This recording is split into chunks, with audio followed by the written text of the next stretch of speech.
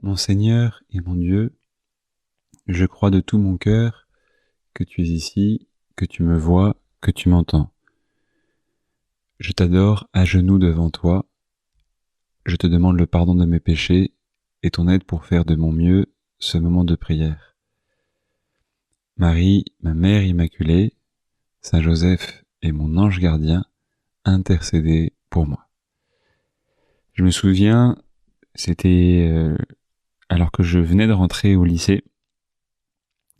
Les parents avaient demandé l'autorisation à la responsable de niveau des secondes si je pouvais me rendre à Rome pour un week-end euh, dans un lycée très catholique, en apparence, en tout cas, au moins.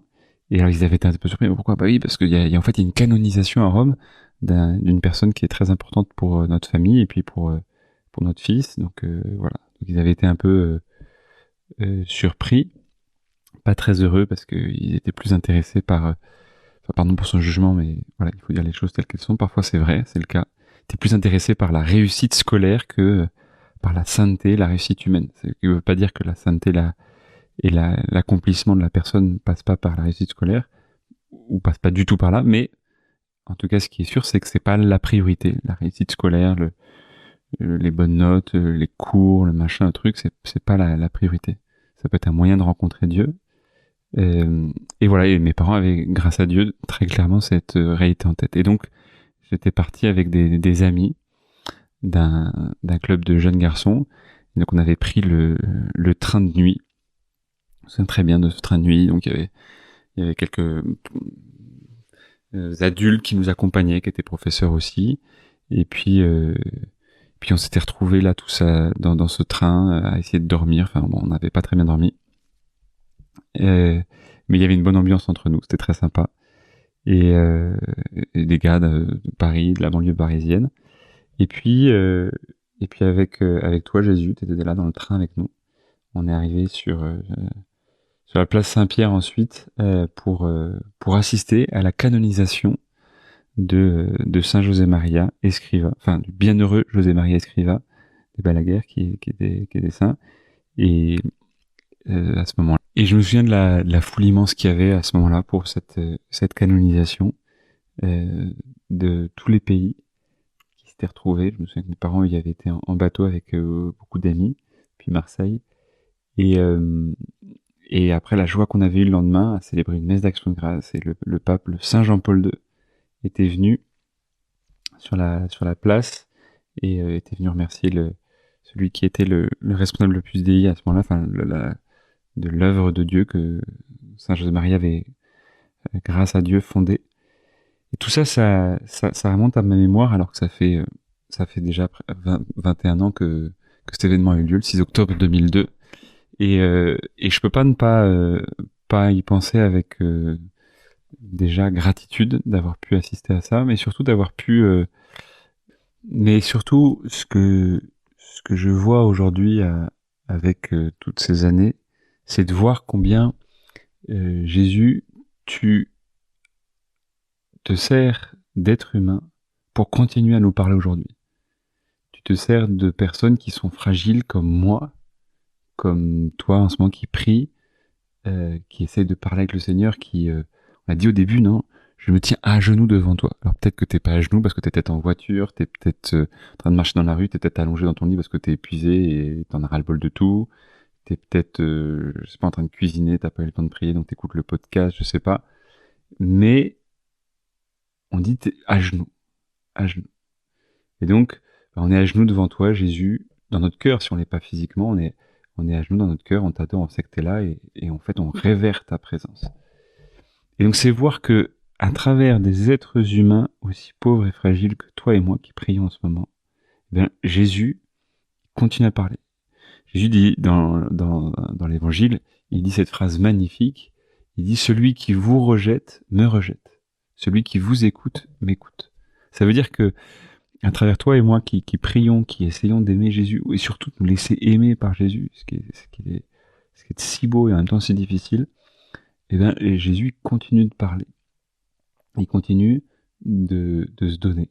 Et à travers l'enseignement de Saint José Maria, à travers l'enseignement de Saint Jean-Paul II, à travers l'enseignement de Mère Teresa, à travers l'enseignement de tous ces saints, on voit en fait la capacité de Jésus à continuer sa mission aujourd'hui. Que si Jésus, il est mort il y a presque 2000 ans, en fait, il continue aujourd'hui à être vivant.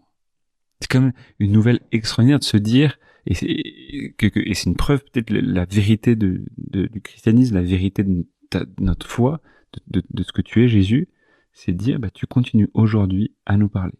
Et justement, et à nous dire que il est possible de t'entendre dans les circonstances les plus ordinaires de la vie, qu'il est possible d'être à genoux devant toi alors que je suis assis à ma table de travail, alors que je suis allongé dans mon lit d'hôpital, alors que je suis en train de cuisiner, alors que je suis en train d'écouter la musique, alors que je suis dans la piscine. Bon, il commence à faire un peu tard, quoique dans le sud, il fait assez beau pour qu'on puisse continuer à profiter des piscines. Grâce à Dieu, merci Seigneur.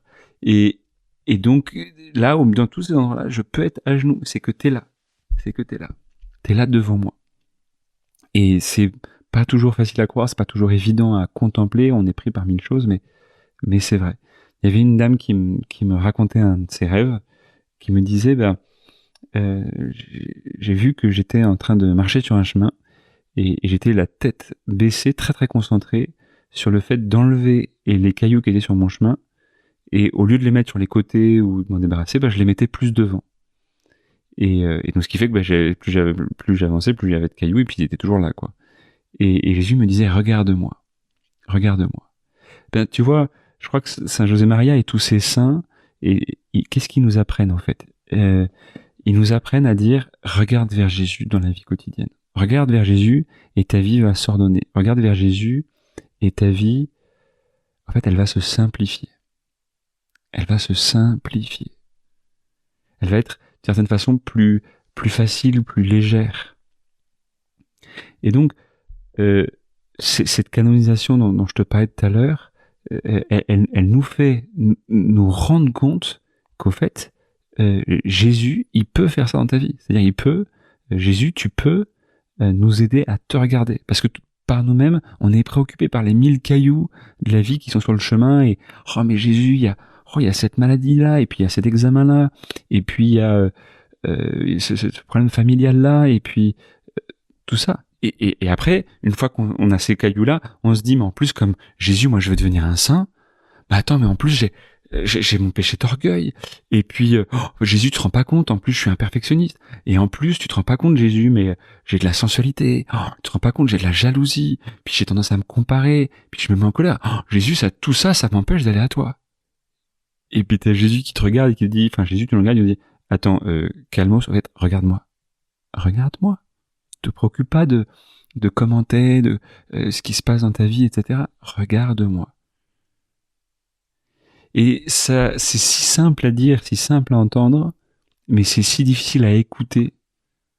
Tu vois, c'est ça qui est difficile, c'est d'écouter cette vérité-là, que le secret du bonheur, il est peut-être là. Il consiste juste à réentendre et la réentendre sans cesse, cette phrase extraordinaire de « Je crois de tout mon cœur que tu es ici, que tu me vois, que tu m'entends, je t'adore à genoux devant toi. » Là, je suis là.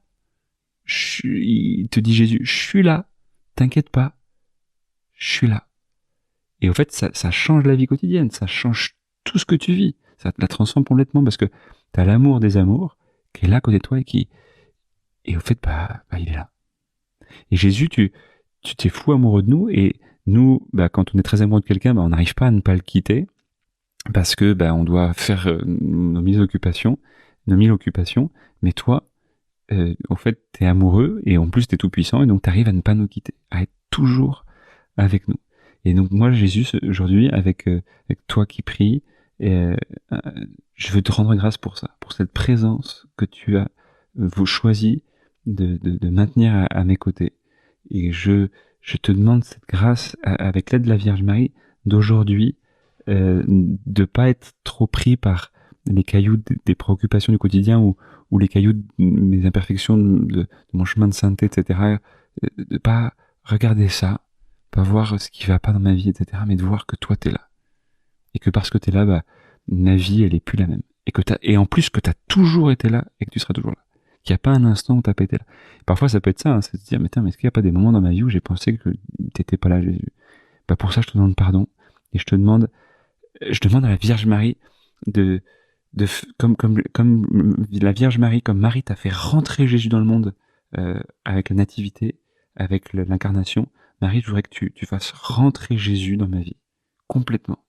Et qu'il n'y a pas un endroit de ma vie où il soit pas, où je pense qu'il y est pas, où je me rends pas compte qu'il est là, et que je passe mon temps à être là, à l'adorer, là, à l'aimer. Parce que t'es là, Jésus. Je te remercie, mon Dieu, des bonnes résolutions, des beaux désirs et des lumières que tu as semées dans mon cœur pendant ce moment de prière. Je te demande de m'aider à les faire fructifier. Marie, ma Mère Immaculée, Saint Joseph et mon ange gardien, accompagnez-moi toujours en chemin.